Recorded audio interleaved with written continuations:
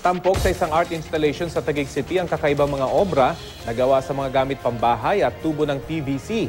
Tuklasin ang kakaibang sining ng Astrepora sa balitang hatid ni Rida Reyes. Mula sa mga ordinaryong gamit pambahay hanggang sa mga inirecycle na tubo ng PVC at iba pang gamit na marahil nakatakas na sa ating pansin.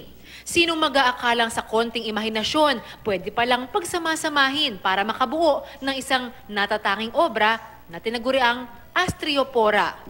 Hango sa tema ng ganda ng karagatan ang naturang art installation na mas lalong pinaningning gamit ang samut-saring ilaw at sinaliwan ng tugtugin na akma sa panahon ng Kapaskuhan.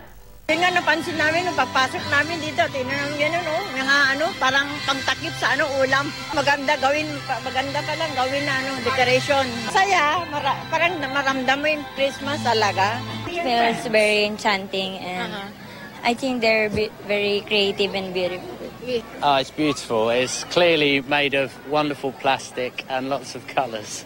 How we want to celebrate Christmas by combining the arts and the festivity of the Christmas season and basically just sharing what our country has to offer in terms of our artists here. Ang iba't ibang elemento ng kalikasan ang napiling inspirasyon ng lumikha ng obra na si Leroy New na kilala sa kanyang naiibang konsepto. Pero imbes na sa mga museo at art gallery, sa mga pampublikong lugar gaya ng mall at mga parke, piniling ipamalas ni Leroy ang kanyang mga gawa sa layuning ilapit ito sa mga tao. I actually get inspiration from, my community and how they use out of necessity, redesign itong mga pangkaraniwang bagay na ito. Hindi exclusive sa mga sanctioned art spaces ang pag-experience ng art. Posibleng makibahagi dito ang mga local governments, ang mga private companies, ang iba't ibang institusyon sa paglawak ng kaalaman natin sa creativity, sa art and design. Rida Reyes, GMA News.